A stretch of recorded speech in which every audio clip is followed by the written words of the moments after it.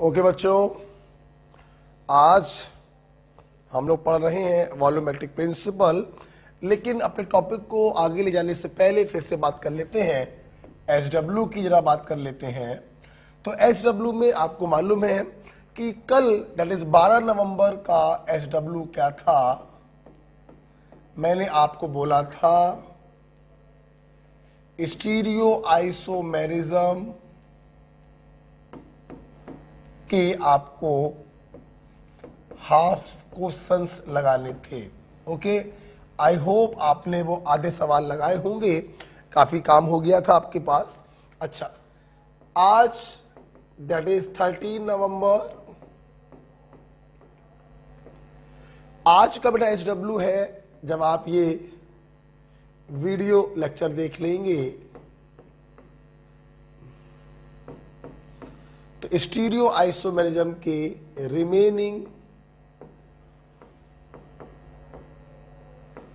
Remaining half questions आप लगा लेंगे।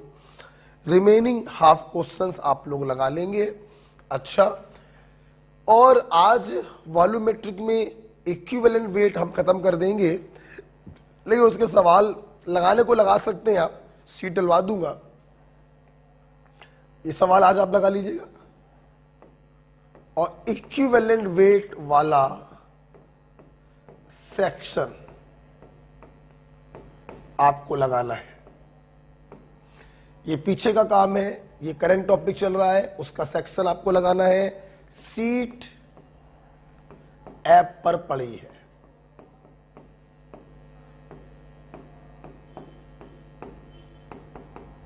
ठीक है, तो आज इक्विवेलेंट वेट हम लोग खत्म कर देंगे। तो उसके क्वेश्चन होंगे अराउंड 20-25 सवाल होंगे, तो वो आपको लगाने हैं। ठीक है, और 14 एंड 15 नवंबर की हॉलीडे है, छुट्टी है, लीव।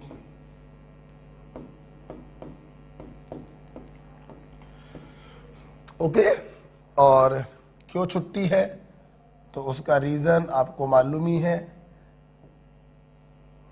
ठीक है, प्रकाश प्रज्वलित कर दे रहे हैं।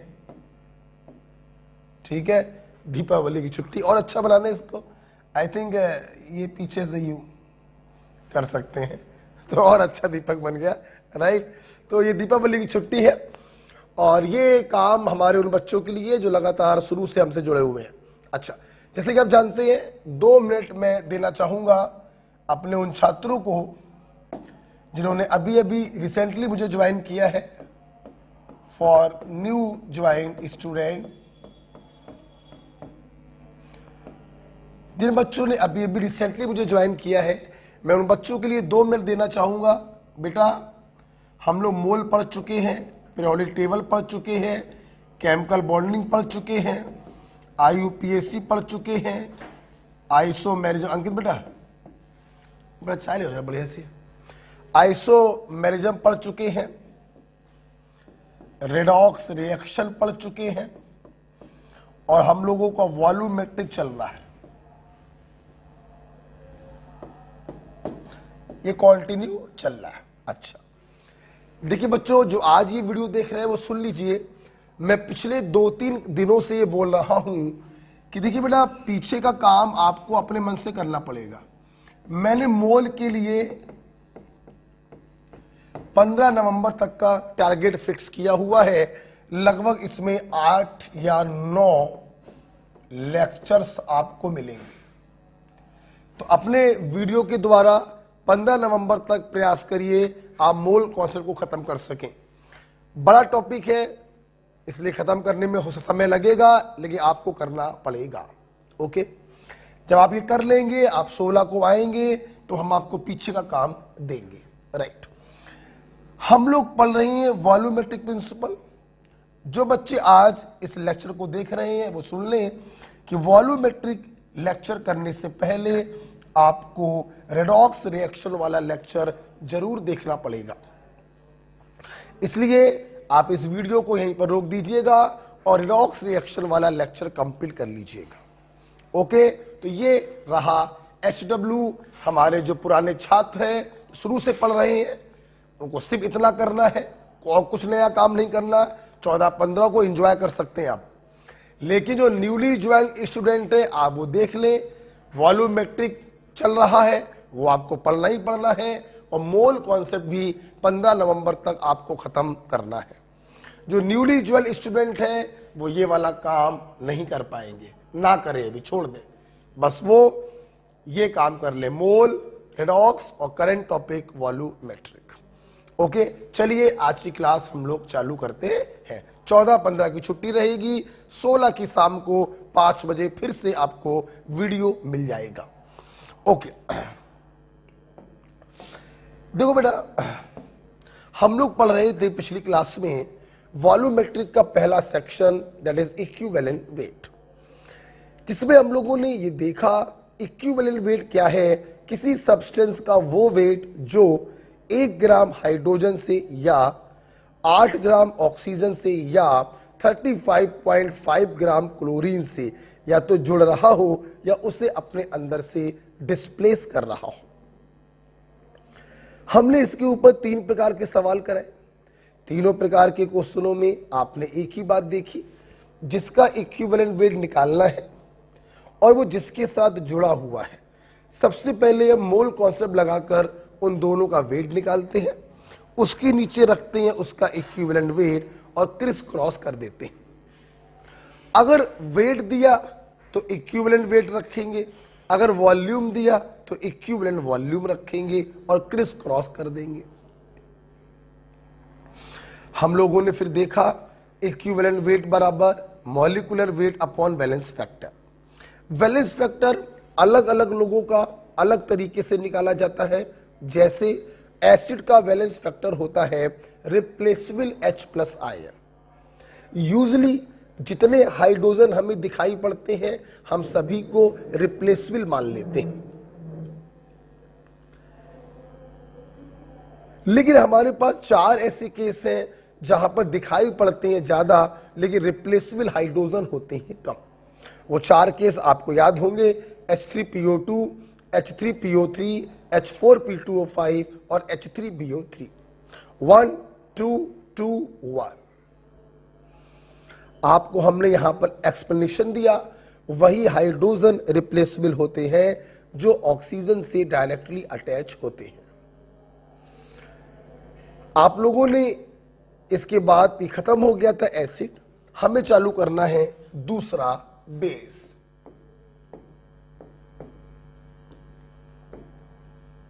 बेस का बेटा वैलेंस फैक्टर होता है रिप्लेसेबल OH- आयन।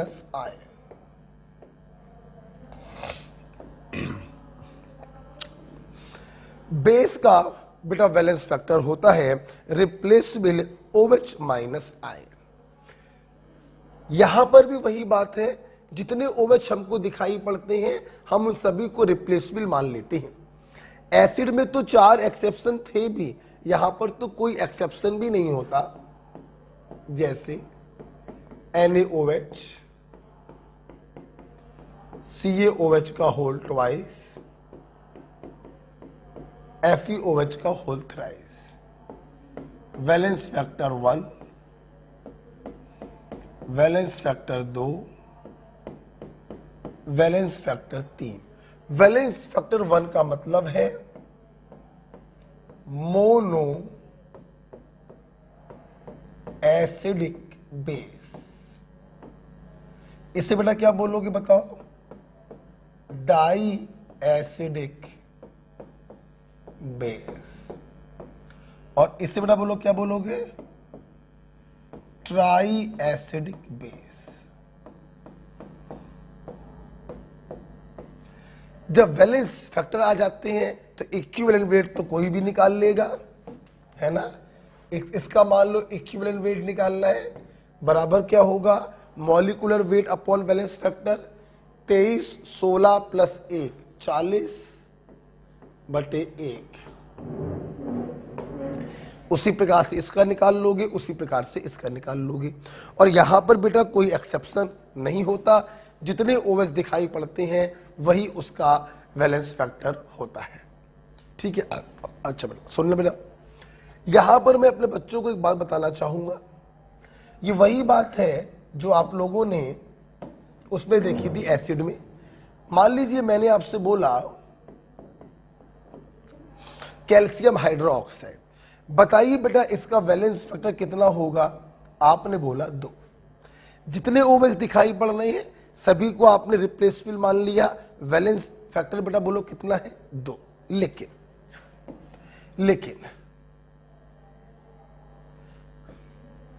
लेकिन बेटा अगर मैं आपसे कहूं मैंने इसका रिएक्शन 1 मोल HCl से कराया, हमको ये मिला,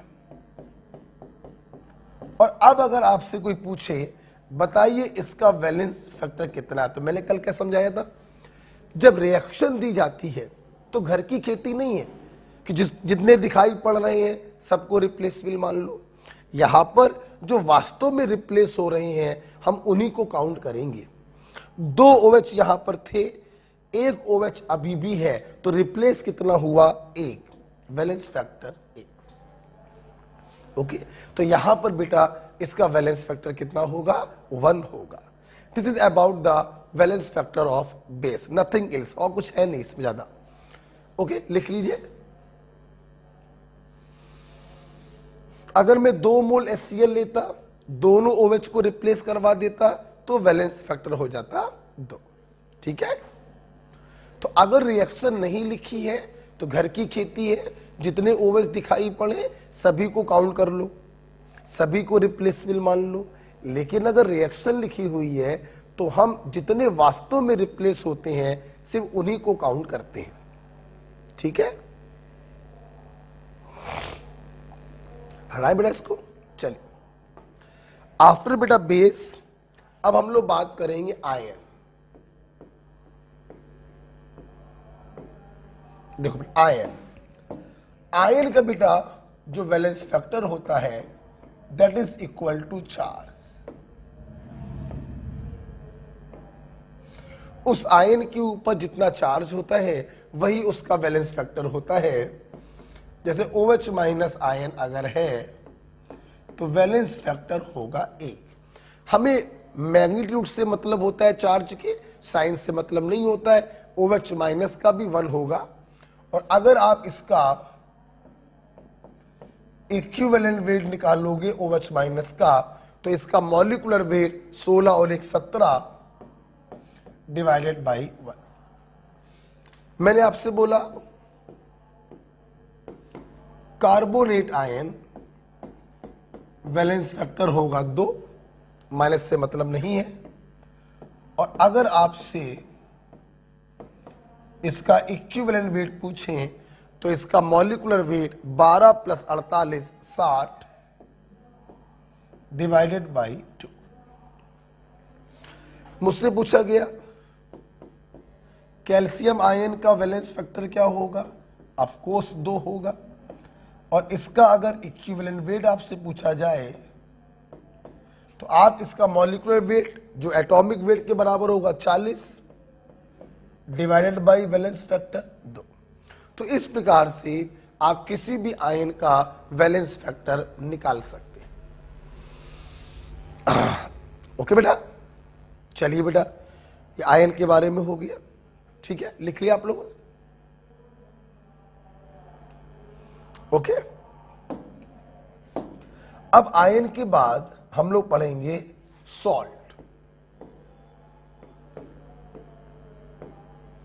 सॉल्ट का वैलेंस फैक्टर देखिए, सबसे पहले मैं आपको यह बताना चाहूंगा कि सॉल्ट बनाते कैसे, मालूम तो आप सभी को है, फिर भी मैं बताना चाहूंगा। देखो बेटा, क्या होता है, हमारे पास कोई कैटायन होगा और एक हमारे पास एनायन होगा। क्या होता है, हम लोग इनके चार्जों को क्रिस क्रॉस करते हैं और क्रिस क्रॉस करने पर हमें हमारा सॉल्ट मिलता है AmBn। मतलब हम लोग ये कह सकते हैं कि सॉल्ट के अंदर 2 पार्ट होते हैं, एक कैटायनिक पार्ट होता है और एक एनायनिक पार्ट होता है। अब समझना, आप देखिए यहां पर हमको साफ साफ दिखाई पड़ रहा है इस सॉल्ट के अंदर m एटम कैटायन के हैं और n एटम एनायन के हैं, कोई प्रॉब्लम नहीं है। अच्छा, आप लोग ये भी देख रहे हैं कि सॉल्ट जो होता है ये ओवरऑल इलेक्ट्रिकली न्यूट्रल होता है, इस पर कोई चार्ज नहीं होता है, इलेक्ट्रिकली क्या है, न्यूट्रल। सुनना, आपको मैंने कई बार बताया होगा कहीं ना कहीं, अगर कोई चीज इलेक्ट्रिकली न्यूट्रल है तो इसका मतलब है कि total positive charge must be equal to total negative charge. Okay, तो क्या मैं ये नहीं लिख सकता हूं, मेरी बात समझिएगा, salt are electrically neutral. Salt जो होते हैं वो इलेक्ट्रिकली न्यूट्रल होते हैं, hence we can write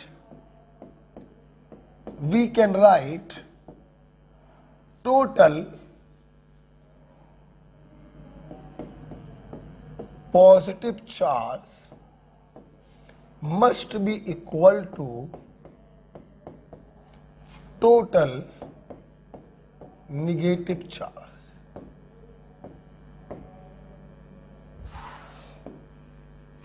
total positive charge must be equal to total negative charge. सामने देखिए,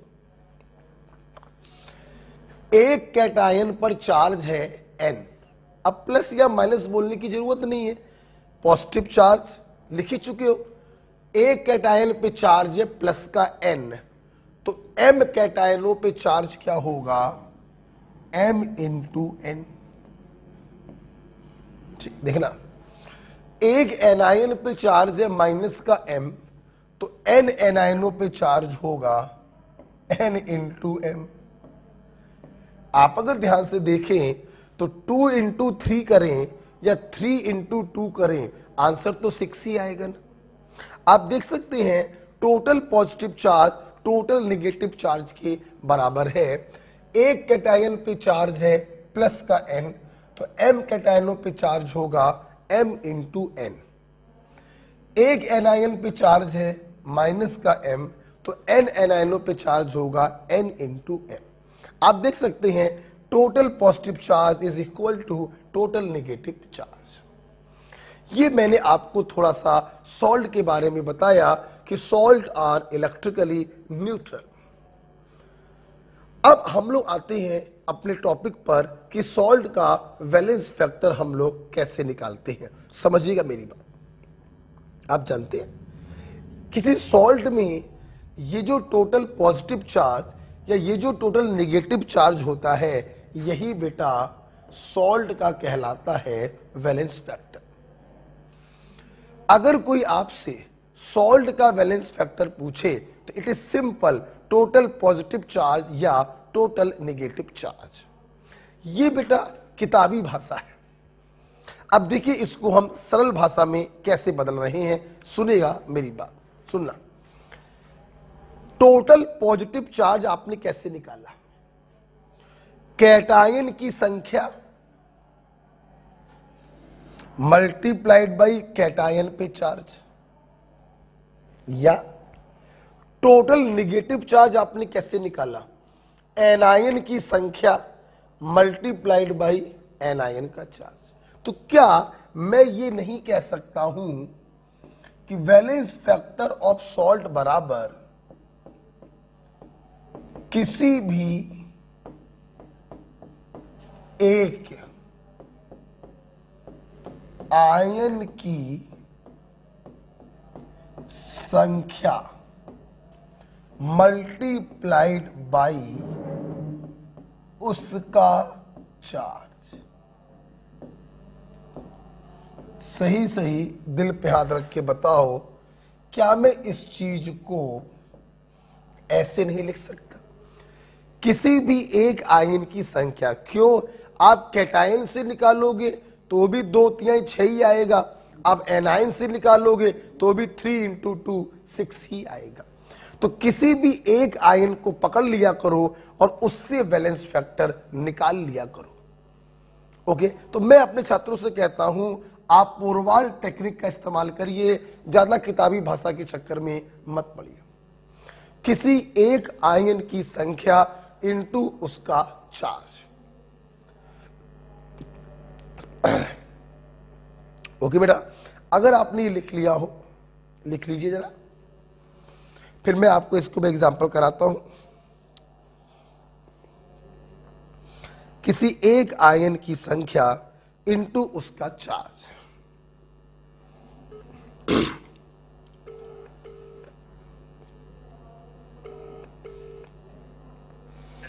बेटा पानी की बोतल ले जाओ। हाँ सर, वही है। आओ। ओके, देखिए बेटा जरा, चले मैं इसको हटाता हूं बेटा। ओके, मैं इसको हटा रहा हूं, आराम से करेंगे, बिल्कुल आराम, धीरे धीरे करेंगे, हटाते हैं इसको। चले देखिए सब लोग, मैं एग्जांपल दे रहा हूं आपको, जरा एग्जांपल देखिए। देखिए मैंने दिया MgCl2, ठीक, देखो सब लोग, चाहे तुम मैग्नीशियम से देखकर वैलेंस फैक्टर निकालो, चाहे तुम क्लोरीन को देखकर निकालो, आंसर सेम आएगा। उसको देख लिया करो जिसके चार्ज को लेकर तुम 100% श्योर हो। जैसे सबको मालूम है मैग्नीशियम सेकेंड ग्रुप का है, इस पर चार्ज होता है +2, तो इसका वैलेंस फैक्टर क्या आएगा? मैग्नीशियम की संख्या इनटू मैग्नीशियम का चार्ज, वैलेंस फैक्टर बोलो 2। आपने कहा कि सर हम क्लोरीन को देखकर निकालेंगे, कितने क्लोरीन है? 2, और एक क्लोरीन पे चार्ज होता है -1, बोले तो क्लोराइड आयन, तो भी कितना आएगा वैलेंस फैक्टर? 2 आएगा। ठीक है, मैंने आपको दिया, देखो बेटा, CaCO3, देखो चाहे कैल्शियम को पकड़ के निकालो चाहे कार्बोनेट को पकड़ के निकालो, आंसर तो सेम ही आना है। कितने कैल्शियम? 1, कैल्शियम पे चार्ज बोलो 2, तो इसका बैलेंस फैक्टर बेटा बोलो 2। आपने कहा कि सर हम कार्बोनेट को पकड़ के निकालेंगे, निकालो, कितने कार्बोनेट है?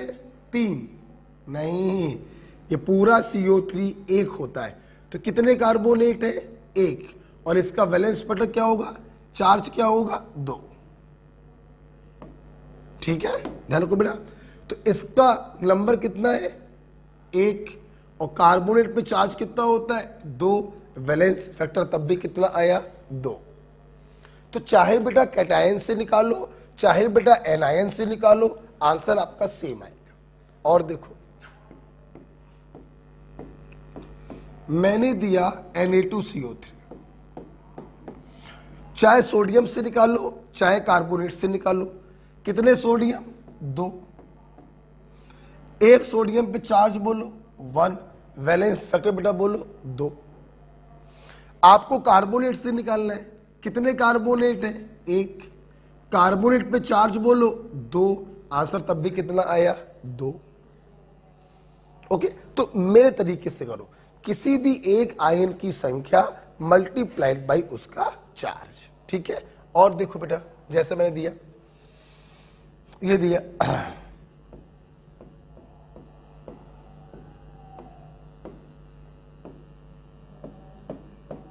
कैल्शियम फॉस्फेट, चाहे कैल्शियम से निकालो चाहे फॉस्फेट से निकालो, आंसर सेम आएगा। माना मैंने कैल्शियम से निकाला, तो किसी एक आयन की संख्या, कितने कैल्शियम है? 3, और कैल्शियम पे चार्ज कितना होता है? सेकेंड ग्रुप का है 2, वैलेंस फैक्टर बेटा बोलो 6। ठीक है, मैंने आपको दिया FeSO4, समझना, मेरी बात समझना सब। आयरन से भी निकाल सकते हो, सल्फेट से भी निकाल सकते हो। अब समझना, वैसे तो पूरी क्लास समझ गई है, this is ferrous ion Fe+2, लेकिन मान लो आप कंफ्यूज है कि फेरस है या फेरिक है, तो बेटा एक बात बताओ, किसी डॉक्टर ने कहा है क्या कि कैटायन को पकड़ के वैलेंस फैक्टर निकालो? अरे भाई हम एनायन से भी तो निकाल सकते हैं, आंसर तो वही आएगा। तो जिस आयन के चार्ज को लेकर तुम 100% श्योर हो, आप उसको पकड़ के वैलेंस फैक्टर निकाला करो। जैसे कितने सल्फेट है? 1, और सल्फेट पे चार्ज बोलो 2, वैलेंस फैक्टर बेटा बोलो 2।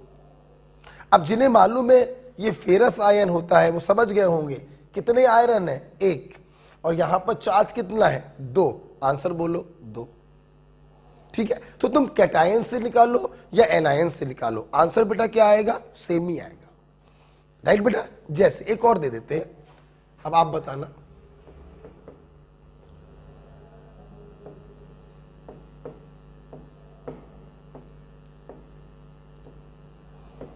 मैंने ये दिया, अगेन देखो बेटा, समझने वाले समझ गए।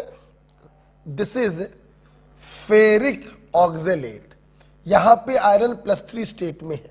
हम कहते हैं नहीं समझ पा रहे, कोई बात नहीं, तुम्हें ऑक्जेलेट तो मालूम है ना, C2O4 -2 होता है। तो कितने ऑक्जेलेट है 3, और एक ऑक्जेलेट पे चार्ज बोलो 2, 3 दूनी 6, वैलेंस फैक्टर 6। तो इस प्रकार से हम लोग किसी भी सॉल्ट का वैलेंस फैक्टर निकाल सकते हैं। ओके, लिख लो बेटा, इसको लिख लो।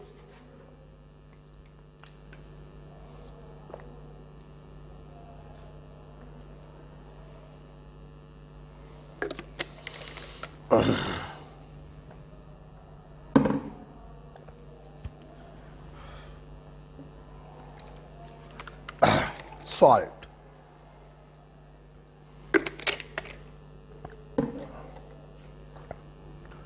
अब देखिए मैं आपको कुछ सिखाने जा रहा हूं। देखिए, जब भी मैं सॉल्ट के बारे में स्टूडेंट को वैलेंस फैक्टर निकालना सिखा देता हूं तो मैं यहां पर एक बहुत ही प्यारा सवाल आपको कराने जा रहा हूं। देखिएगा, मैं इसको हटा रहा हूं, हटा दो बेटा। ओके, चलिए देखिए, अब बेटा हम लोग यहां पर पढ़ेंगे एक पॉइंट, लिखिए नोट। देखिए, डबल सॉल्ट के बारे में पढ़ने की कोई जरूरत नहीं है। ध्यान रखिएगा बच्चों, हम लोग तैयारी कर रहे हैं नीट 2021 की, तो उसी के हिसाब से हमें अपनी चीजों को पढ़ना है, उसी के हिसाब से हमें सवालों को लगाना है। हमारा लक्ष्य सफेद कोट है, व्हाइट कोट है, और वो स्टेथोस्कोप है। हमें नीट 2021 को लक्ष्य बनाकर अपनी प्रिपरेशन को करना है। ध्यान रखना, योद्धा वही जीतता है जो सामने वाले की ताकत का पहले अंदाजा लगा लेता है। जबरदस्ती परमाणु बम फोड़ने से फायदा नहीं है। जहां हाथगोले से काम चल गया वहां परमाणु बम फोड़ने की कोई जरूरत नहीं। तो नीट 2021 हमारा टारगेट है, उसी को देखकर हमें अपनी पढ़ाई करनी है। राइट, आइए सॉल्ट में एक नोट हम लोग पढ़ते हैं। क्या? फॉर अननोन मॉलिक्यूल,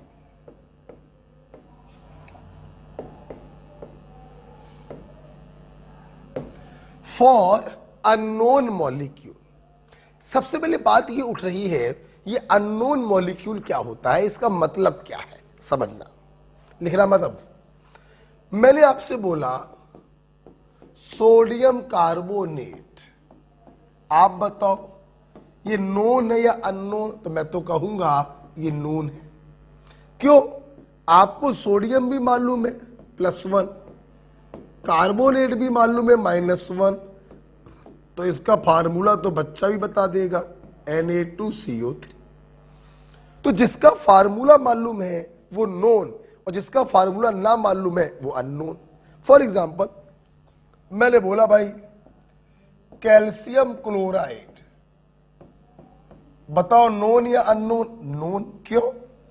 कैल्शियम पे चार्ज मालूम है, क्लोराइड पे चार्ज मालूम है, फार्मूला बन गया CaCl2। लेकिन सोचो, मैंने तुमसे कहा मेटल ऑक्साइड, अब मैंने आपसे पूछा नोन या अननोन, तो ये देखो बेटा अननोन हो गया। क्यों अननोन हो गया? जब तक आपको मेटल नहीं मालूम होगी तब तक उसका चार्ज नहीं मालूम होगा, और जब तक चार्ज नहीं मालूम होगा तब तक क्रिस क्रॉस करके आप एग्जैक्ट फार्मूला नहीं बता पाएंगे। तो ये मेरे लिए क्या हो गया? अननोन। तो जितने भी बेटा अननोन मॉलिक्यूल आएंगे, चूंकि उनका फार्मूला तो हम लिख नहीं पाएंगे, तो हम उनको शॉर्ट में ऐसे लिख देंगे, मेटल ऑक्साइड। हमने ऐसे लिख दिया। एग्जैक्ट फार्मूला क्या होगा हम बता नहीं सकते, क्योंकि मेटल की वैलेंसी तो अपन को मालूम नहीं है। तो ये अपने लिए क्या हो गया, अननोन मॉलिक्यूल। हमारा जो हेडिंग है वो इन्हीं के लिए। ओके, तो सुनिए अब मैं आपसे क्या कहना चाहता हूं। देखिए, for unknown molecule, for unknown molecule, सुनना ना मेरी बात। किसी भी अननोन मॉलिक्यूल के लिए ध्यान रखिएगा, equivalent weight of that unknown compound is equal to equivalent weight of cation plus equivalent weight of anion. Equivalent weight of an unknown compound is equal to equivalent weight of its cation plus equivalent weight of its anion. Okay? For example, एक question के द्वारा मैं इसकी importance को समझाना चाहूंगा। देखिए question, देखिए क्वेश्चन देखो बेटा, मैंने क्वेश्चन दिया, equivalent weight of metal carbonate is 53, full stop. Calculate equivalent weight of metal. ये सवाल हमसे पूछा गया, समझना बेटा। मेटल के बारे में बताया नहीं, मतलब आपको उसका वैलेंसी नहीं मालूम, और अगर आपको उसका वैलेंसी नहीं मालूम तो ये मॉलिक्यूल कैसा हो गया, अननोन हो गया। तो हम लोग क्या ये नहीं लिख सकते हैं कि equivalent weight of metal carbonate. मैंने अभी बताया था फार्मूला तो बना नहीं सकते, तो शॉर्ट में ऐसे लिख देते, बराबर इक्विवेलेंट वेट ऑफ कैटायन जो कि मेटल होगा plus equivalent weight of anion जो कि कार्बोनेट होगा। ठीक, इसका इक्विवेलेंट वेट आपको दिया है 53, ये आपको निकालना है, plus equivalent weight of carbonate, अभी अभी मैंने आयन का पढ़ाया, इसका molecular weight divided by charge. यहां पर देखिए वो 30 आएगा और 53 में से 30 गया 23, तो आपका आंसर आ गया, जगह नहीं है मैं ऊपर लिख रहा हूं, इक्विवेलेंट वेट ऑफ मेटल आ गया 23। This is your answer. Okay बेटा, तो इस प्रकार से देखिए ये जो हमारा फंडा था ये बहुत ही इंपॉर्टेंट फंडा है। Equivalent weight of unknown compound is equal to equivalent weight of cation plus equivalent weight of anion. Okay, लिख लीजिए। बहुत ही उम्दा क्वालिटी का ये फंडा था, इसको ध्यान रखिएगा, बहुत इंपॉर्टेंट है। ठीक है, अगर ये सवाल आपको समझ में आया है तो नेक्स्ट क्वेश्चन आप लोग करेंगे।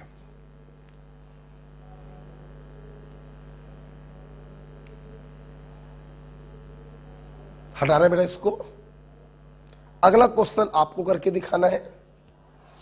देखिए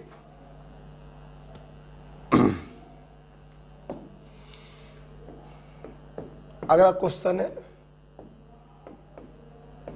equivalent weight of a metal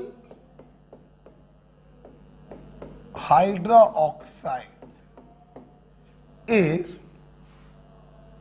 is 26, full stop. Calculate equivalent weight of metal. डिक्टो वही क्वेश्चन है, आपको करके दिखाना है, करिए।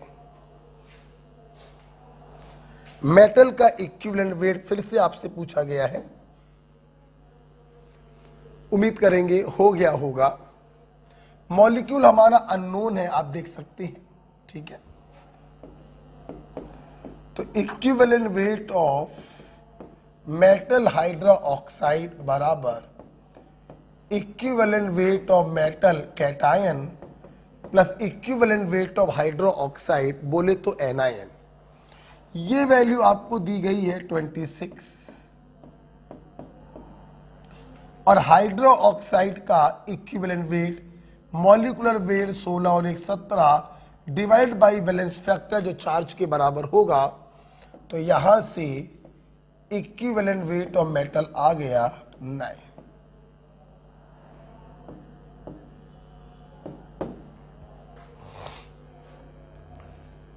ओके, आई होप मैक्सिमम बच्चों का आंसर 9 ही आया होगा, ठीक है। तो इस प्रकार से आप लोग देखिए। चलिए इसी में अगर आप हमसे कहें, अगर आप कहो तो अगर मोल कॉन्सेप्ट आप पढ़ चुके हो तो इसी में हम मोल का सवाल बना दें, इसी क्वेश्चन, ठीक है, इसी क्वेश्चन बना दें। चलो इसी क्वेश्चन में मोल का सवाल करते हैं हम लोग। ओके, ये लिख लिया, हटाते हैं इसको। इसी में हम मोल का सवाल बना देते हैं। जैसे सवाल बना दिया, in above question, above question का मतलब जिसमें मेटल का इक्विवेलेंट वेट 9 आया। Okay, in above question calculate molecular weight of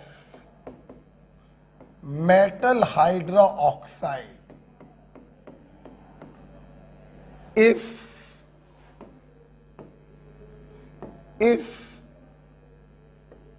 metal is trivalent।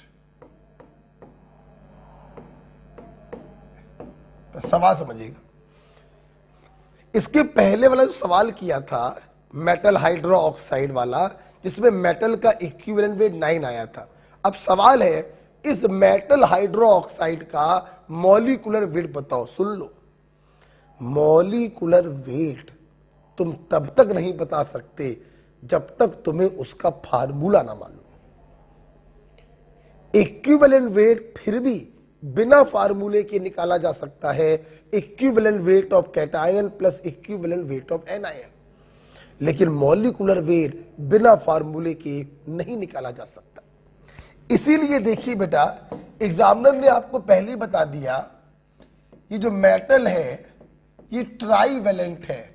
Trivalent का मतलब इस पे चार्ज होगा +3। हाइड्रो ऑक्साइड सबको मालूम है OH माइनस क्रिस क्रॉस। ये देखिए मेटल हाइड्रो ऑक्साइड का फार्मूला बन गया। आपसे इसका मॉलिक्यूलर वेट पूछा है। अब सबको मालूम है कि मॉलिक्यूलर वेट के लिए हम इनके एटॉमिक वेट को आपस में ऐड करेंगे। अब सवाल ये है कि मेटल का एटॉमिक वेट तो मालूम नहीं है, तो हुजूर मैंने पहले ही बोला था, याद करिए मोल कॉन्सेप्ट।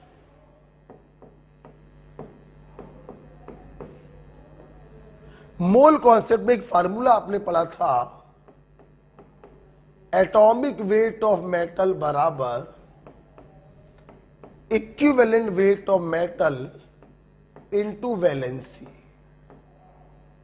पढ़ा था। इक्विवेलेंट वेट प्रीवियस क्वेश्चन में 9 आया, वैलेंसी एग्जामिनर ने दी है 3, तो इसका एटॉमिक वेट हो गया 9 3 27। अब आप मॉलिक्यूलर वेट आराम से निकाल सकते हैं। एटॉमिक वेट ऑफ मेटल आ गया है 27 प्लस 3 इंटू 16 और 17, 17 3 51, 51 और 20 71 और 7 78, 78। This is the answer of this question. Okay, तो कितना प्यारा सवाल देखिए बन गया। आपने सबसे पहले क्या किया, वैलेंसी को क्रिस क्रॉस करके फार्मूला बनाया। अब फार्मूले से मॉलिक्यूलर वेट तभी आएगा जब मेटल का एटॉमिक वेट मालूम हो। और मेटल का एटॉमिक वेट कैसे निकालेंगे, मोल कांस्टेंट का फार्मूला था इक्विवेलेंट वेट इंटू वैलेंसी 27, तो 27 प्लस 3 इंटू 16 और 1 17, 17 थे 51, 51 और 27 78, तो मॉलिक्यूलर वेट आ गया 78। ओके बेटा, तो इस प्रकार से आप लोगों ने सॉल्ट का वैलेंस फैक्टर निकालना सीखा। ठीक है, अब हम लोग इसको हटा दें। ओके बेटा, चलिए अब बेटा हम लोग जा रहे हैं valence factor of OA and RA। देखिए लास्ट पॉइंट पर हम लोग आ चुके हैं। सुनिए मेरी बात, आज की क्लास का यही लास्ट पॉइंट होगा। कंसल्टेशन हम लोग नेक्स्ट क्लास से चालू करेंगे। ठीक है, देखिए मैं अभी देखिए जब क्लास में चालू कर रही थी तो मैंने क्या कहा था, वॉल्यूमेट्रिक अगर आपको समझना है तो रेडॉक्स रिएक्शन वाला चैप्टर पढ़ लीजिएगा। देखिए आ गया, इस चैप्टर का नीट के पॉइंट ऑफ व्यू से सबसे इंपॉर्टेंट सेक्शन यही है,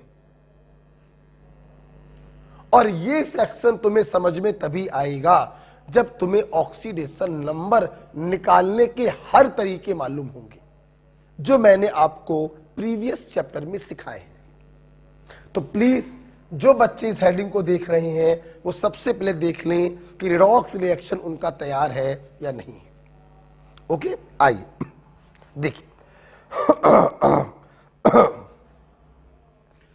सबसे पहले मैं आपको यह बताना चाहूंगा कि ऑक्सीडाइजिंग एजेंट और रिड्यूसिंग एजेंट क्या होते हैं। ज्यादा नहीं बताऊंगा, ये सब मैं आपको उसमें पढ़ा चुका हूं।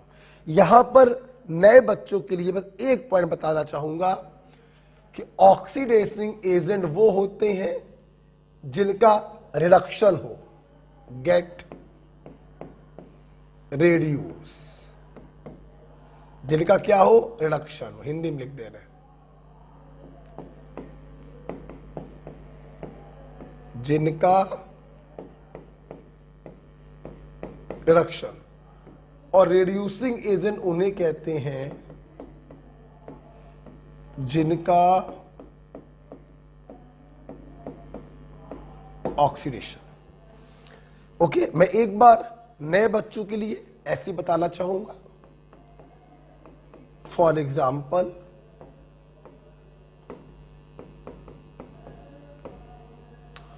ऑक्सीडेशन नंबर 0 फ्री स्टेट है, 0 फ्री स्टेट है, +1 -1। आप देखिए इसका इंक्रीज हो रहा, इसका डिक्रीज हो रहा। तो जिसका होता है इंक्रीज मतलब जिसका होता है ऑक्सीडेशन उसे कहते हैं रिड्यूसिंग एजेंट, और जिसका होता है डिक्रीज मतलब जिसका होता है रिडक्शन हम उसे कहते हैं ऑक्सीडाइजिंग एजेंट। ओके बेटा, तो इस प्रकार से जिसका ऑक्सीडेशन हो उसे RA और जिसका रिडक्शन हो उसे OA के नाम से जानते हैं। ये आपको हमने हिंट दे दिया। ठीक है, अब देखिए OA और RA का वैलेंस फैक्टर आप कैसे निकालते हैं। या देखिए OA और RA का वैलेंस फैक्टर होता है, ध्यान दो सब लोग, simple change in oxidation number multiplied by IC। जो स्टूडेंट रेडॉक्स रिएक्शन पढ़ चुके हैं उनको मालूम है IC का मतलब होता है इनर कोएफिशिएंट। तो valence factor of OA and RA बराबर simple change in oxidation number multiplied by IC। IC का मतलब है इनर कोएफिशिएंट। मैं अपने बच्चों को बता दूं जिन्होंने नहीं पढ़ा है रेडॉक्स रिएक्शन, मान लो, लिखना मत तुम लोग, ये कोई रिएक्शन दी गई, ठीक है, हमें इसका वैलेंस फैक्टर निकालना था।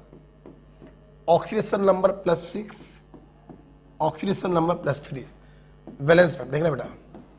Simple change in oxidation number का मतलब है बड़े में से छोटे को माइनस कर दो बस। Into IC. देखो बेटा, आईसी का मतलब होता है इनर कॉफिशिएंट, हमें आउटर कॉफिशिएंट से कोई मतलब नहीं। तो इसका वैलेंस फैक्टर बेटा बोलो कितना आ गया, 6। सिंपल चेंज, बड़ी वैल्यू से छोटी वैल्यू को माइनस किया, सिंपल चेंज आ गया, मल्टीप्लाइड बाई आईसी, तो वैलेंस फैक्टर आ गया। ओके, और देखते हैं, लिखना मत, अच्छे से सवाल कराएंगे, अभी बस समझाने के लिए रफली ये दिया। अब देखो -2 से 0, अगर मेरे को इसका वैलेंस फैक्टर निकालना हो तो सिंपल चेंज आया 2, आईसी कितना है 2, तो वैलेंस फैक्टर आ गया 4। तो इस प्रकार से जब भी ओए या आरए का वैलेंस फैक्टर निकालते हैं तो ये सिंपल तरीका आप एडॉप्ट करते हैं। किताबों में कुछ और लिखा होता है, किताबों में क्या लिखा होता है मैं वो भी आपको बताना चाहूंगा। आप जरा देखिए किताबों में क्या लिखा होता है। देखिए बेटा, किताबों में इसी चीज को वो लिख देते हैं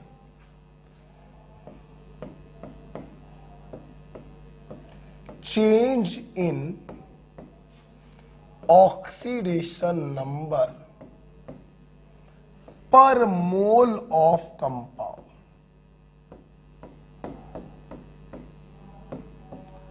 इसी चीज को लिख देते हैं चेंज इन ऑक्सीडेशन नंबर पर मोल ऑफ कंपाउंड। तो पर मोल ऑफ कंपाउंड का सिंपल मतलब होता है सिंपल चेंज निकालो बड़ा माइनस छोटा करके और मल्टीप्लाई कर दो आईसी से, इसी वैल्यू को कहते हैं चेंज इन ऑक्सीडेशन नंबर पर मोल ऑफ कंपाउंड।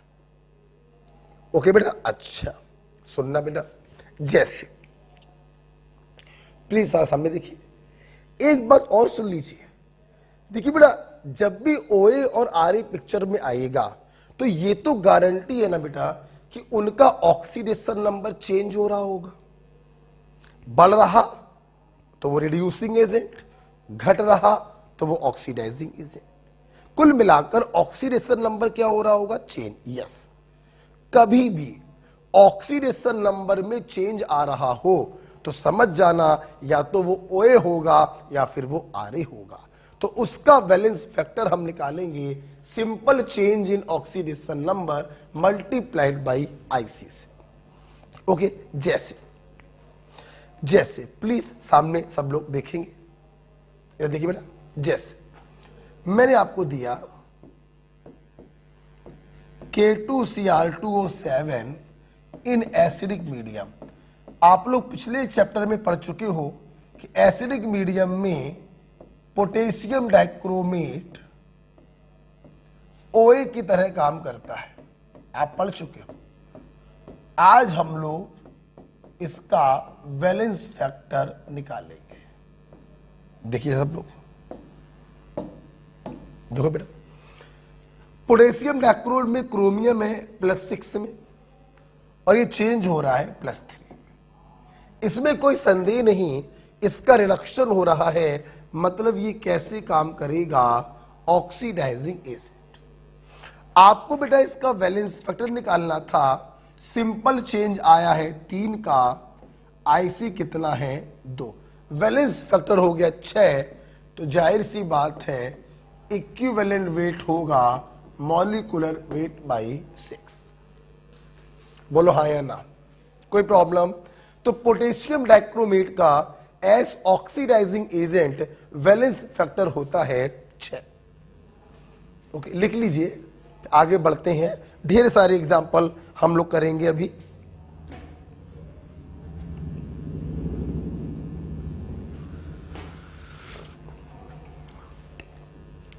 ढेर सारे एग्जाम्पल करेंगे बेटा, अभी शुरुआत करी है मैंने जस्ट।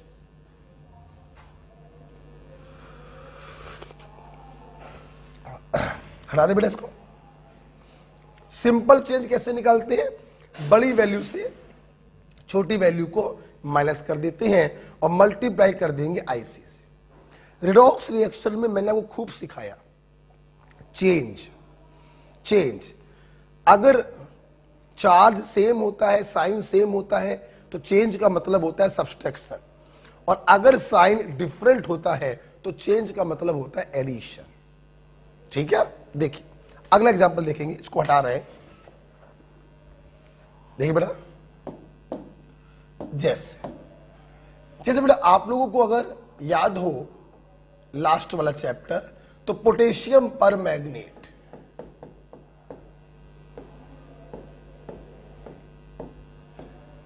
पोटेशियम पर मैग्नेट बहुत ही प्यारा ऑक्सीडाइजिंग एजेंट है, लेकिन इसकी खास बात यह है कि ये एसिडिक मीडियम, न्यूट्रल मीडियम और बेसिक मीडियम तीनों में ये OA की तरह काम करता है। एसिडिक मीडियम में ये बदलता है Ml+2 में, न्यूट्रल मीडियम बदलता है MnO2 में, और एल्कलाइन मीडियम में बदलता है K2MnO4 में। अगर आपको मेरी बात पे संदेह है तो आप देखिए जरा, एसिडिक मीडियम में भी इसका रिडक्शन हो रहा है, OA की तरह काम करेगा। न्यूट्रल मीडियम में भी इसका रिडक्शन हो रहा है, OA की तरह काम करेगा। और बेसिक मीडियम में भी इसका रिडक्शन हो रहा है, ये OA की तरह काम करेगा। KMnO4 हर मीडियम में OA की तरह काम करता है। सवाल यह है कि इस KMnO4 का वैलेंस फैक्टर बताइए तीनों मीडियम में। आइए देखते हैं। देखो, एसिडिक मीडियम में वैलेंस फैक्टर, सुनते रहिएगा। मैंने अक्सर बच्चों को ये देखा, वो IC में कंफ्यूज हो जाते हैं। ध्यान रखिएगा बेटा, जिसका वैलेंस फैक्टर निकालते हैं हम उसी के IC से मल्टीप्लाई करते हैं, ये हमेशा ध्यान रखिएगा। जैसे एसिडिक मीडियम में इसका वैलेंस फैक्टर हमें निकालना है, सिंपल चेंज बोलो 5, IC बोलो 1, जिसका निकालते हैं उसी के इनर कॉफिशिएंट से मल्टीप्लाई करते हैं। तो एसिडिक मीडियम में KMnO4 का वैलेंस फैक्टर होगा 5। न्यूट्रल सिंपल चेंज 3, IC बोलो 1, वैलेंस फैक्टर बोलो 3। और एल्कलाइन मीडियम में देखो, सिंपल चेंज 1, IC बोलो 1। तो बेसिक मीडियम या एल्कलाइन मीडियम में वैलेंस फैक्टर बेटा कितना होगा 1। तो यहां से हमारे बच्चे देख सकते हैं कि पोटेशियम परमैंगनेट का अलग अलग मीडियम में वैलेंस फैक्टर अलग अलग है, तो इक्विवेलेंट वेट भी अलग अलग होगा।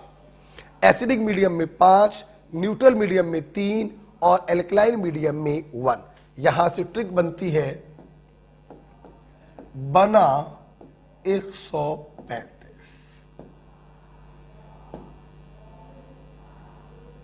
बना 135। बेसिक मीडियम में वैलेंस फैक्टर 1, न्यूट्रल मीडियम में वैलेंस फैक्टर 3 और एसिडिक मीडियम में वैलेंस फैक्टर 5। ओके, देखिए, जब भी बेटा मैं ये बात बता देता हूं तो यहीं पर मैं आपको एक बात और बताना चाहूंगा, ध्यान सुनिएगा, इंपॉर्टेंट बात है। क्या? देखिए बेटा, इसमें कोई संदेह नहीं कि बेसिक मीडियम में वैलेंस फैक्टर 1 होना चाहिए। सुनना, तुम्हारे मेडिकल में या IIT में KMnO4 का वैलेंस फैक्टर अगर कभी भी बेसिक मीडियम में पूछा जाए तो आप उसको भी न्यूट्रल मानकर 3 बताएंगे। एक्चुअली बेटा बेसिक मीडियम जैसा कोई सिस्टम है ही नहीं। 1 आप तब बताएंगे जब एग्जामिनर क्वेश्चन में मेंशन कर दे स्ट्रांगली बेसिक मीडियम।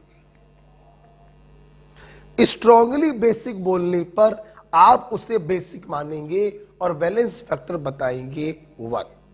अगर सिंपल बोला है बेसिक मीडियम या एल्कलाइन मीडियम तो आप उसे मानेंगे न्यूट्रल और वैलेंस फैक्टर बताएंगे 3।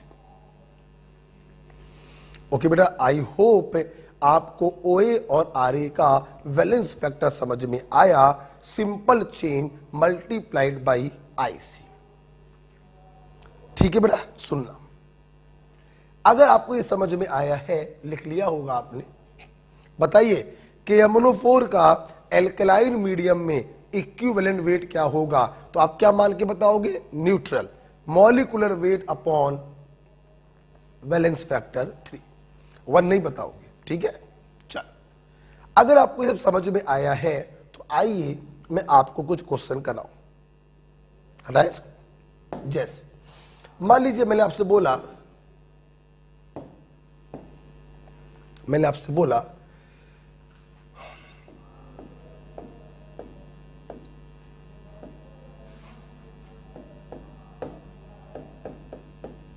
मैंने आपको ये दिया, मैंने आपसे पूछा बताइए इन दोनों का वैलेंस फैक्टर बताइए, इसका भी बताइए कितना होगा और इसका बताइए कितना। देखना, ध्यान देना बेटा सब लोग। यहां पर नाइट्रोजन का ऑक्सीजन नंबर क्या है? +5, यहां क्या है? -2। देखना, जब इसका वैलेंस फैक्टर निकालोगे तो सिंपल चेंज में इसके IC से मल्टीप्लाई करोगे, और जब इसका वैलेंस फैक्टर निकालोगे तो सिंपल चेंज में इसके IC से मल्टीप्लाई करोगे। जैसे सिंपल चेंज आप समझ गए, बड़ी वैल्यू से छोटी वैल्यू को माइनस करेंगे, 7 मल्टीप्लाइड बाई IC 1, तो नाइट्रेट का वैलेंस फैक्टर आ गया 7। यहां पर देखो, सिंपल चेंज बड़ी में से छोटी को माइनस करो, 7 इंटू IC 2, तो N2H4 का वैलेंस फैक्टर आ गया 14। तो हमेशा ध्यान रखना, simple change in oxidation number multiplied by IC। Okay बेटा, पक्की बात। आइए चलिए इसके ऊपर कुछ और सवाल करते हैं, ये समझ में आपको आ गया होगा। Question, calculate valence factor of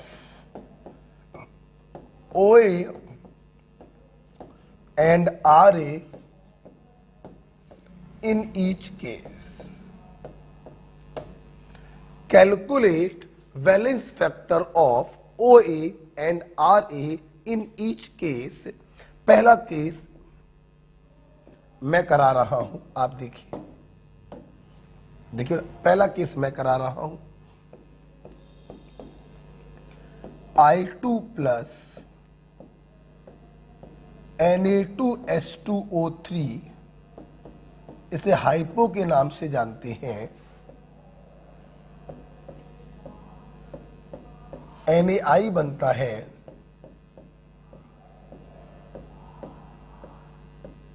Na2S4O6 बनता है सोडियम टेट्रा थायोनेट, इसका नाम होता है। अब हमसे बेटा पूछा गया कि OA और RA का वैलेंस फैक्टर आपको बताना है। देखिए, हम लोग रिएक्टेंट साइड को ही देखते हैं, OA कौन है RA कौन है, प्रोडक्ट साइड को नहीं देखते। आल्दो वहां पर भी एक OA होगा और एक RA होगा, हम लोग देखते किसको है, रिएक्टेंट साइड को ही देखते हैं। देखिए, फ्री स्टेट ऑक्सीजन नंबर 0, यहां पे X मान के निकालोगे +2 आएगा। इसीलिए मैंने कहा था वॉल्यूमेट्रिक पढ़ने से पहले रेडॉक्स रिएक्शन को जाके पढ़ लेना। -1 प्लस का 2.5। ओके, ध्यान से देखो बेटा, आयोडीन 0 से -1 जा रहा, आयोडीन का हो रहा है रिडक्शन, जिसका होता है रिडक्शन वो कहलाता है ऑक्सीडाइजिंग एजेंट। हाइपो में सल्फर का हो रहा है ऑक्सीडेशन, जिसका होता है ऑक्सीडेशन वो कहलाता है रिड्यूसिंग एजेंट। ओके, आप देख सकते हैं OA हो गया आयोडीन, RA हो गया हाइपो, आपको निकालना है वैलेंस फैक्टर। आइए निकाल लें। सिंपल चेंज, जाहिर सी बात है, एक का चेंज आया, मल्टीप्लाइड बाई IC 2, तो आयोडीन का वैलेंस फैक्टर आ गया 2। यहां पर आइए, 2 से 2.5 सिंपल चेंज आया 0.5 का, आईसी कितना है 2, तो वैलेंस फैक्टर बेटा इसका कितना हो गया 1। तो इस रिएक्शन में ओए का वैलेंस फैक्टर है 2 जो आयोडीन है, और आरए का वैलेंस फैक्टर है 1 जो कि हाइपो है। एक क्वेश्चन मैंने कर दिया, अब एक एक क्वेश्चन में लिखता जाऊंगा और उसका आंसर आप देते जाएंगे, राइट। आप इसको लिख लीजिए, तो इसी को हम लोग कंटिन्यू करेंगे। वैलेंस फैक्टर बताना था हमें ओ ए और आर ए का प्रत्येक केस में। पहला केस हमने कराया, एक रिएक्शन ये दी, मैंने करके दिखा दिया। अब ना ये सवाल वही बच्चे कर पाएंगे जिनको ऑक्सीडेशन नंबर आता है, ठीक है। चलिए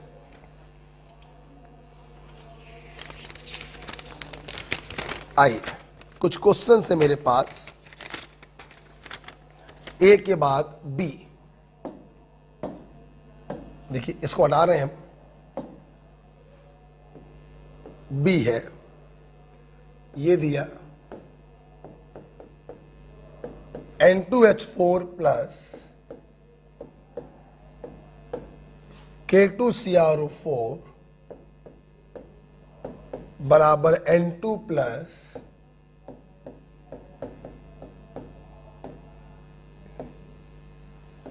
ठीक है। चलिए आपके पास है 30 सेकेंड, जल्दी बताइए ओए और आरए का वैलेंस फैक्टर क्या होगा।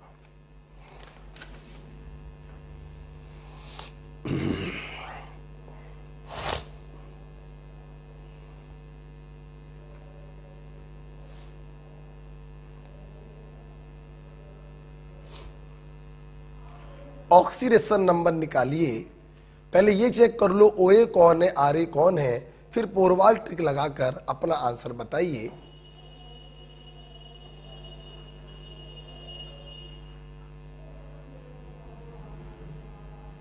करें, आइए आप देखिए सब लोग। हाइड्रोजन में नाइट्रोजन -2 में आएगा, और यहां पे क्रोमियम का निकालेंगे +6 आएगा, फ्री स्टेट 0, और यहां पे क्रोमियम का आएगा +3। आप देखो बेटा, नाइट्रोजन का ऑक्सीडेशन हो रहा है तो ये काम करेगा रिड्यूसिंग एजेंट, और क्रोमियम का रिडक्शन हो रहा है, ये काम करेगा ऑक्सीडाइजिंग एजेंट। ध्यान रखिएगा बेटा, ये ऑक्सीडेशन नंबर मैंने x मानकर निकाली है, ठीक है। चलिए अब बात करते हैं वैलेंस फैक्टर की। देखिए आरए का वैलेंस फैक्टर सिंपल चेंज कितने का आया 2, आईसी कितना 2, तो इसका वैलेंस फैक्टर बेटा आ गया 4। यहां देखिए सिंपल चेंज बोलो 3, आईसी बोलो 1, तो वैलेंस फैक्टर बेटा आ गया 3। इस रिएक्शन में हाइड्रोजन का वैलेंस फैक्टर है 4 और पोटेशियम क्रोमेट का वैलेंस फैक्टर है 3। ओके, चलिए अगला सवाल करेंगे आप लोग। C, iodine plus HNO3 iodic acid plus NO plus 1। जल्दी से OA और RA का वैलेंस फैक्टर बताइए। OA और RA का वैलेंस फैक्टर बताइए।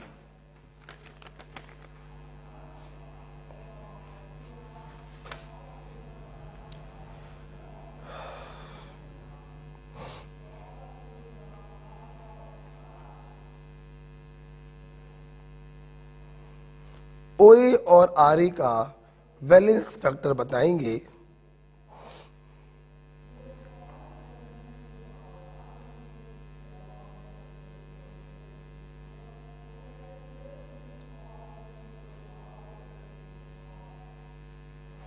ओके, आई हो गया होगा। देखिए फ्री स्टेट 0, यहां पे आएगा +5, यहां पर आएगा +5, और यहां पर होगा +2। अगर आप ध्यान से देखें तो आयोडीन का ऑक्सीडेशन हो रहा है तो ये रिड्यूसिंग एजेंट होगा, और नाइट्रोजन का रिडक्शन हो रहा है तो ये ऑक्सीडाइजिंग एजेंट होगा। ठीक है, आइए बात करते हैं वैलेंस फैक्टर की। सिंपल चेंज हो रहा है 5 का, आईसी है 2, तो इसका बेटा वैलेंस फैक्टर होगा 10। यहां पर आइए, simple change, just a minute, sorry मैंने आयोडीन का सही तो किया है, ओके सही किया है, 0 से 5, हाँ सही किया था बेटा, सॉरी 5 इंटू IC 2, राइट। इसमें ये बेटा 5 से जा रहा है 2, सिंपल चेंज हुआ 3, IC कितना है 1, ओके।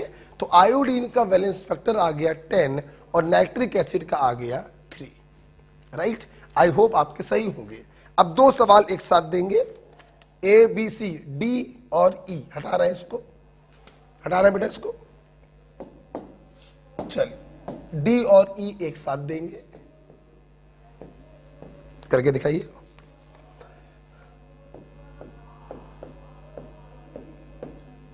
KMnO4 प्लस KI बराबर MnO2 प्लस KiO3, ये दिया, और एक और दे रहे हैं साथ में C12H22O11 प्लस HNO3 बराबर H2C2O4 plus NO2 plus water. ठीक है, चलिए 2 क्वेश्चन दिए आपके पास, 1 मिनट का समय है, करिए, 1 मिनट का समय है, करिए।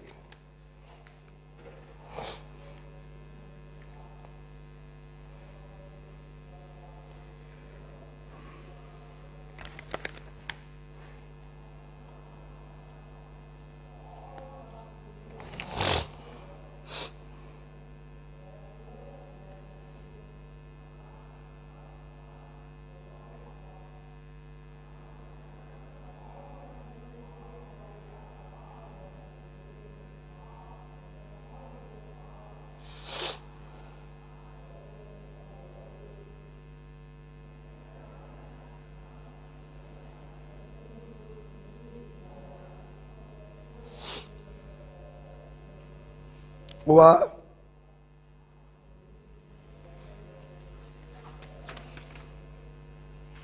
आइए चलिए फिर से वही सवाल है। सबसे पहले हम लोग पता करेंगे ऑक्सीडाइजिंग एजेंट और रिड्यूसिंग एजेंट कौन है with the help of oxidation number. आप देखिए Mn का रिडक्शन हो रहा है तो ये ऑक्सीडाइजिंग एजेंट होगा, और आयोडीन का ऑक्सीडेशन हो रहा है तो ये रिड्यूसिंग एजेंट होगा। अब बात करते हैं वैलेंस फैक्टर की, बहुत ही सिंपल है, 7 से जाना 4, सिंपल चेंज हुआ 3 का, ICA1 3 एकम 3, -1 से +5, चेंज कितने का होगा, 4 का या 6 का, 6 का चेंज होगा। जब साइन डिफरेंट होते हैं तो चेंज का मतलब एडिशन हो जाता है, तो यहां पर चेंज होगा 6 का, और IC कितना है 1, तो वैलेंस फैक्टर बेटा आ गया 6। आई होप आप लोगों के सही जा रहे होंगे। नेक्स्ट C12H22O11, ये डाइसैकेराइड है, इसे सुक्रोज कहते हैं, ठीक है, इसका नाम मालूम ही होगा, नाइट्रिक एसिड। आइए देखिए बेटा, यहां पे कार्बन का जब आप ऑक्सीडेशन नंबर निकालेंगे तो वो बेटा 0 आएगा, और 0 आना भी चाहिए, x मान के निकालो तो 0 आएगा ही आएगा। अब ऐसे भी देख सकते हो, 11 दूनी 22, माइनस का 22, और 22 से कम 22, प्लस का 22, प्लस के 22 से माइनस का 22 कैंसिल हो गया, 0 स्टेट आ गया। 3 दूनी 6 में से 1 गया 5, ऑक्सैलिक एसिड में 3, और NO2 में होगा 4। आप देख सकते हैं कार्बन का ऑक्सीडेशन हो रहा है, ये रिड्यूसिंग एजेंट है, और नाइट्रोजन का रिडक्शन हो रहा है, ये ऑक्सीडाइजिंग एजेंट है। बात करते हैं वैलेंस फैक्टर की। देखिए 0 से जाना +3, सिंपल चेंज हुआ 3 का, IC कितना है 12, तो 12 तिहाई 36। सुक्रोज का इस रिएक्शन में वैलेंस फैक्टर होगा 36, और नाइट्रिक एसिड देखो +5 से जाना +4, सिंपल चेंज 1 का हुआ, IC कितना है 1, तो वैलेंस फैक्टर बेटा होगा 1। इस प्रकार से आप कभी भी ऑक्सीडेशन नंबर अगर चेंज होती दिखाई पड़े तो समझ जाना वैलेंस फैक्टर का फार्मूला होगा simple change in oxidation number multiplied by IC। मैं उम्मीद करता हूं आपको ये समझ में आ गया होगा। ओके बेटा, अब हम लोग एक स्टेप आगे जा रहे हैं, इसी में एक स्टेप आगे जा रहे हैं। ओके देखिए, हटा रहे हैं, इसी में हम आपको 2 स्पेशल केस कराएंगे, हम इसको हटाने जा रहे हैं। ठीक है, देखिए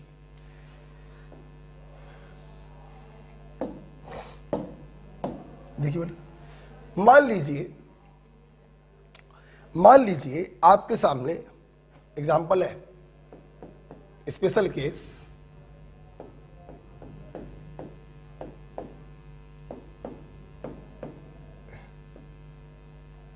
पहला बड़ा स्पेशल केस है, इन ए मॉलिक्यूल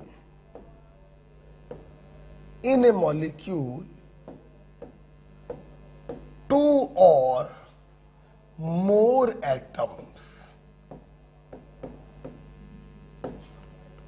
either get oxidized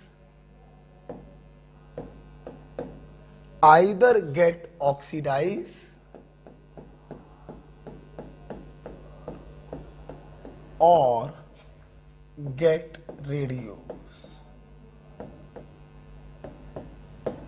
देखिए, अब आपको कुछ ऐसे मॉलिक्यूल हम देंगे जिनमें एक से ज्यादा एटमों का या तो ऑक्सीडेशन हो रहा है या फिर रिडक्शन हो रहा है। ठीक है, जरा सामने सब लोग देखिए अच्छे अच्छे। फॉर एग्जाम्पल इधर देखो सब, मान लो फेरस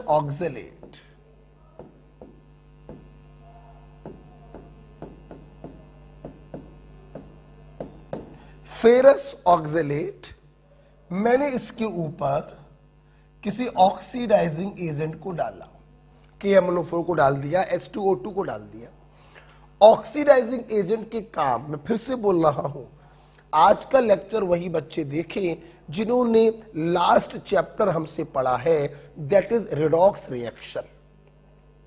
मैंने वहां पे आपको पढ़ाया है कि oxidising agent convert a salt to ic salt, ite salt to ate salt, और ऑक्जेलेट टू कार्बन डाइऑक्साइड।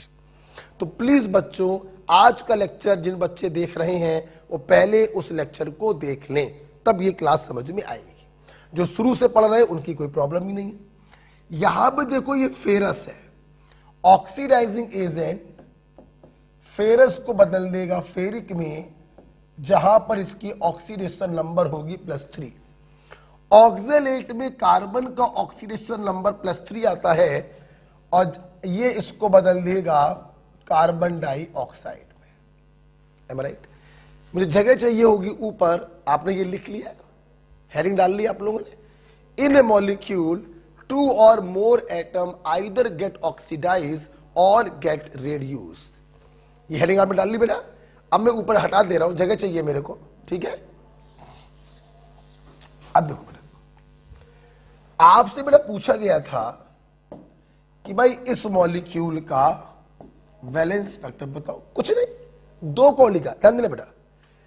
इस मॉलिक्यूल को अगर ध्यान से देखें तो इसमें आयरन एटम का भी ऑक्सीडेशन हो रहा है, और इसमें उपस्थित एक दूसरा एटम कार्बन है, उसका भी ऑक्सीडेशन हो रहा।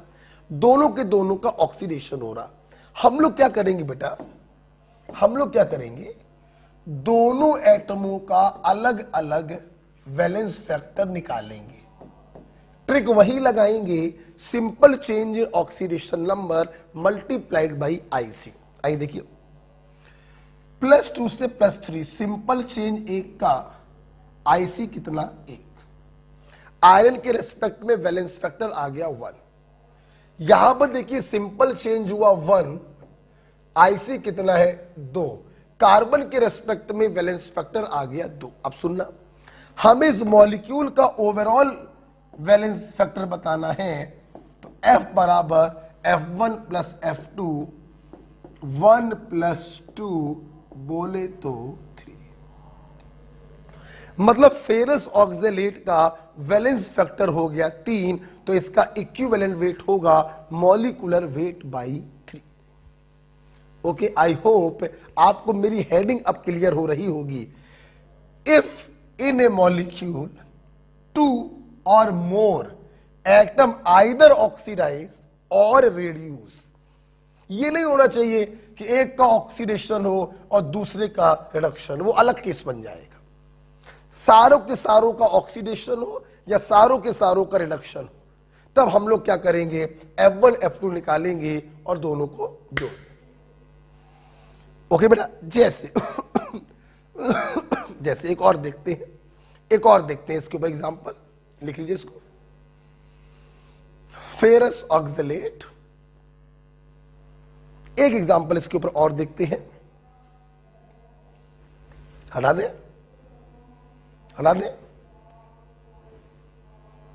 ठीक है। चलिए एक एग्जांपल और देखते हैं इसके ऊपर। देखिए, मैंने आपको बोला ये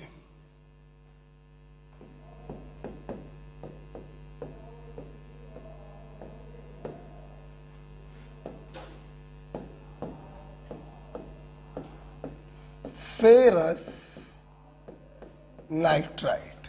एग्जामिनर आपको नाम नहीं देगा लिखकर, तो हम दे रहे हैं लिखकर बस। मैंने इसके ऊपर कोई ऑक्सीडाइजिंग एजेंट डाला और आपसे क्वेश्चन पूछा गया इसका वैलेंस फैक्टर बताओ, इतना ही बोलेगा एग्जामिनर। अब तुम्हें दिमाग लगाना है, oxidising agent convert a salt to ic salt and 8 salt to 8 salt, nitrite to nitrate. ये आपको सोचना है बेटा, ठीक। अब देखो, जब आपने देखा तो आपने, अच्छा एक बात और बताना भूल ही गए, नाइट्राइट में नाइट्रोजन की स्टेट क्या होगी, +3। ओके, देखो बेटा, हमने अपने बच्चों को बताया था कि उसको बाहर निकालकर हम ऑक्सीडेशन नंबर निकालते हैं।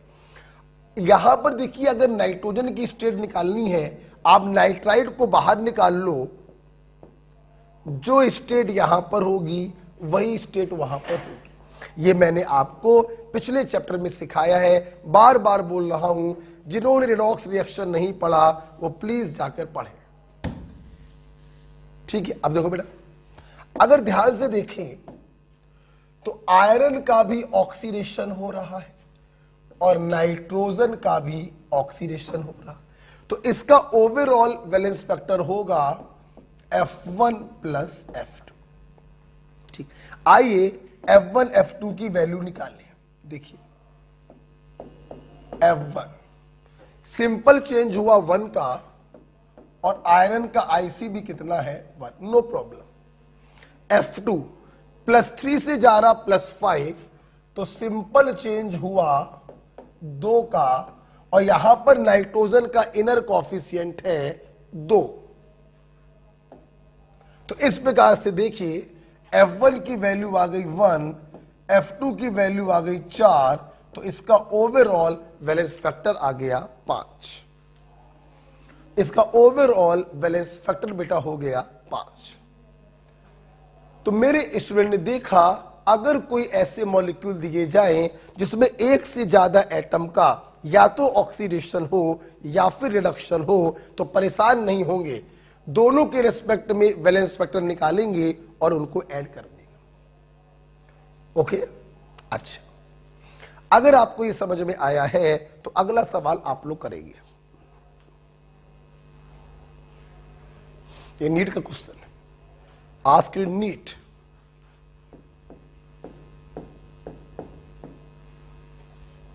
ठीक है, चलिए अगला क्वेश्चन आप लोग करिएगा, मैं इसको हटाने जा रहा हूं। ठीक है, चलिए अगला question.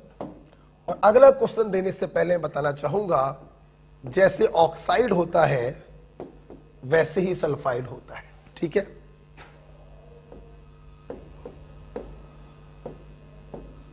Arsenic sulphide, arsenate plus sulphur डाइना है, इसका वैलेंस फैक्टर क्या होगा? आपको 30 सेकंड देना है, आपको 30 सेकंड दिए जा रहे हैं, बताइए।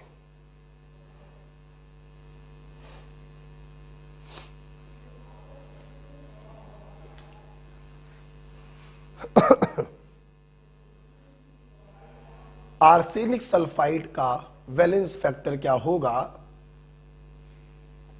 ये रिएक्शन आपके सामने दी गई है।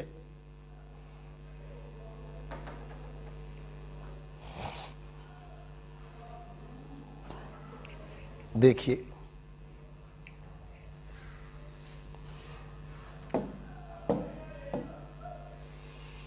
कर लिए बेटा? देखते हैं, जैसे ऑक्साइड होता है वैसे सल्फाइड होता है। आर्सेनिक की निकालो, x मानकर 3 दूनी 6/2 प्लस 3 आएगी। यहां पर आर्सेनिक आएगा +5 और सल्फर आएगा +4। ध्यान से देखेंगे, आर्सेनिक का ऑक्सीडेशन हो रहा है और सल्फर का भी ऑक्सीडेशन हो रहा है।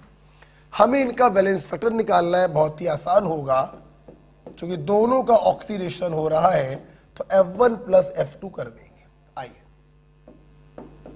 F1 +3 से +5 सिंपल चेंज 2, IC है 2। ठीक है, F2 -2 से +4 चेंज आएगा 6 का, अपोजिट चार्ज है, चेंज निकालने पर एडिशन होगा। -2 से +4 चेंज आएगा 6 का, और IC कितना है सल्फर का? 3। तो इस प्रकार से देखिए, F1 की वैल्यू 4 आई, F2 की वैल्यू 18 आई, तो टोटल वैलेंस फैक्टर आ गया 22। तो पहला स्पेशल केस आपको समझ में आया। अगर किसी मॉलिक्यूल में 2 या 2 से अधिक लोगों का या तो ऑक्सीडेशन हो रहा हो या फिर रिडक्शन हो रहा हो। ठीक है, अच्छा भाई, आइए स्पेशल नोट नंबर 2 हम लोग पढ़ते हैं। चलिए, स्पेशल नोट नंबर 2 देखिए, इफ a molecule undergoes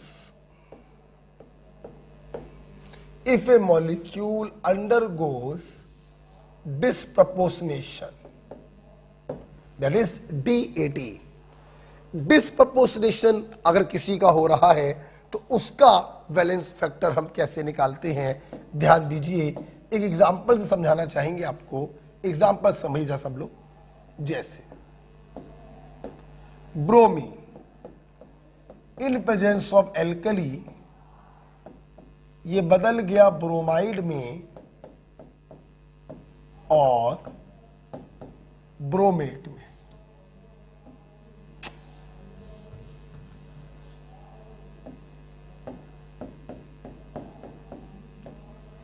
आपसे पूछा गया इस ब्रोमीन का वैलेंस फैक्टर बताइए। ध्यान से देखिए, फ्री स्टेट 0, -1 और +5। अगर ध्यान से आप देखें तो इस ब्रोमीन का रिडक्शन भी हो रहा है और इस ब्रोमीन का ऑक्सीडेशन भी हो रहा है।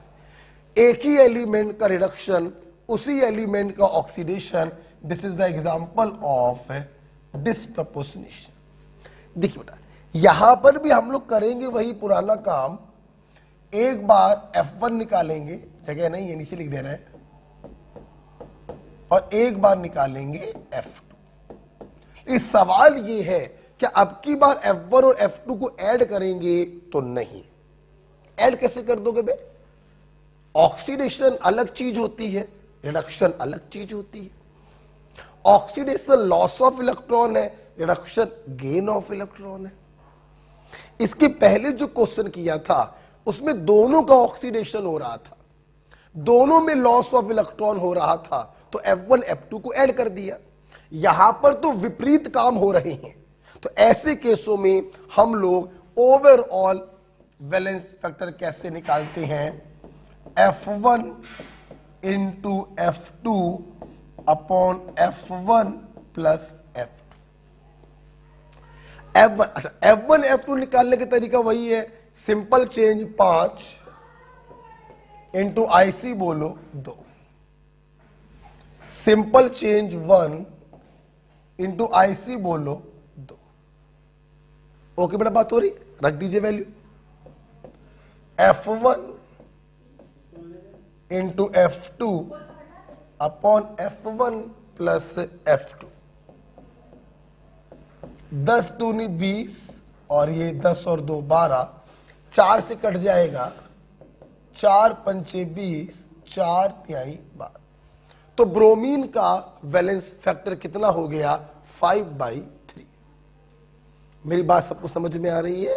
यहां पर आप F1 F2 को ऐड नहीं कर सकते क्योंकि दोनों विपरीत काम हो रहे हैं, ऑक्सीडेशन और रिडक्शन हो रहा है। तो F1 into F2 upon F1 plus F2, 10 गुणे 2 बटे 10 प्लस 2, 5/3। जब वैलेंस फैक्टर आ गया 5/3 तो इक्विवेलेंट वेट समझी गए होगी, molecular weight by valence factor 5/3, 3 चला गया ऊपर, 3m/5। तो ये मैंने पहला एग्जांपल आपको करवाया जिसमें किसी मॉलिक्यूल का डिसप्रपोर्शनेशन हो रहा है। ठीक है, चलिए अगर ये आपको आ गया है तो दूसरा एग्जांपल अब आप लोग करके दिखाएंगे। मैं इसको हटा रहा हूं, ठीक है। If A molecule undergoes disproportionation, मैं इसको हटा रहा हूं।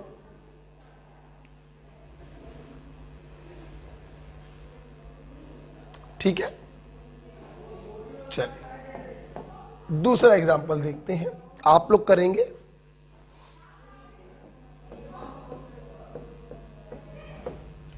H3PO2 का डिसप्रपोर्शनेशन हो रहा है H3PO4 प्लस फॉस्फीन। आपसे सवाल पूछा है, इसका वैलेंस फैक्टर बताइए। ठीक, करिए।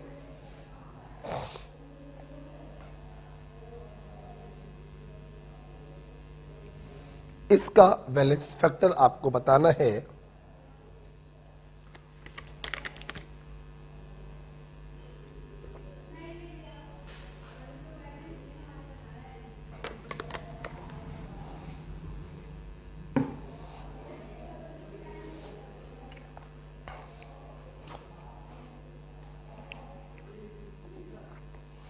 ठीक है,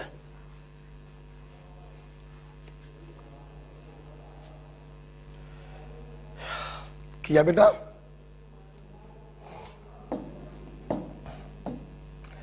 देखते हैं क्या आएगा इसका वैलेंस फैक्टर। Oxidation number +1 +5 -3। आप देखिए ऑक्सीडेशन भी हो रहा है और रिडक्शन भी हो रहा है। This is the example of disproportionation. तो हम लोग क्या करेंगे, बहुत ही आसान है। यहां पर F1 निकालेंगे और यहां से F2 निकालेंगे। निकालने का तरीका वही है, सिंपल चेंज आया 4 का मल्टीप्लाइड बाय IC1। यहां पर भी देखिए सिंपल चेंज 4 का आएगा, साइन डिफरेंट है तो चेंज निकालने पर ऐड कर देते हैं और IC कितना है 1। तो ओवरऑल वैलेंस फैक्टर आ गया F1 into F2 upon F1 plus F2, 4 चौको 16/8 2। तो इस प्रकार से H3PO2 का इक्विवेलेंट वेट होगा मॉलिक्यूलर वेट बाई 2। M का मतलब यहां मॉलिक्यूलर वेट है, उसको मोलैरिटी मत समझ लेना। आंसर आ गया मॉलिक्यूलर वेट बाई 2। तो अगर किसी मॉलिक्यूल का डिसप्रपोर्शनेशन हो रहा हो तो इस प्रकार से करेंगे। चलिए एक एग्जांपल और ले लेते हैं इसके ऊपर। एक एग्जांपल और ले लेते हैं इसके ऊपर, ठीक है? आप लोग करके दिखाइएगा वो वाला केस आगे। हमने ले लिया हाइड्रोजन परऑक्साइड। आप सभी को मालूम है परऑक्साइड में ऑक्सीजन -1 स्टेट में होता है। हमने आपसे पूछा this is the decomposition of hydrogen peroxide, बताइए इसमें H2O2 का वैलेंस फैक्टर क्या होगा। करिए, H2O2 का वैलेंस फैक्टर क्या होगा।